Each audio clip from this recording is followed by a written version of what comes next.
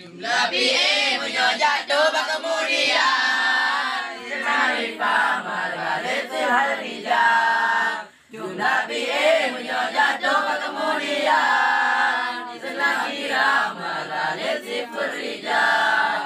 Tiada bani bapak mutakira sudah kun kefabilahi syahidah. Yang kedua bahkan koi wahai kaum misudakun waladal kumi aidikum bimrani kun oleh wahai rakan bi'ilazim kusubullahun adafan dalaitim bilazim dima'alaman kapatan binidabun alam musnah dalaitim bilazim alaman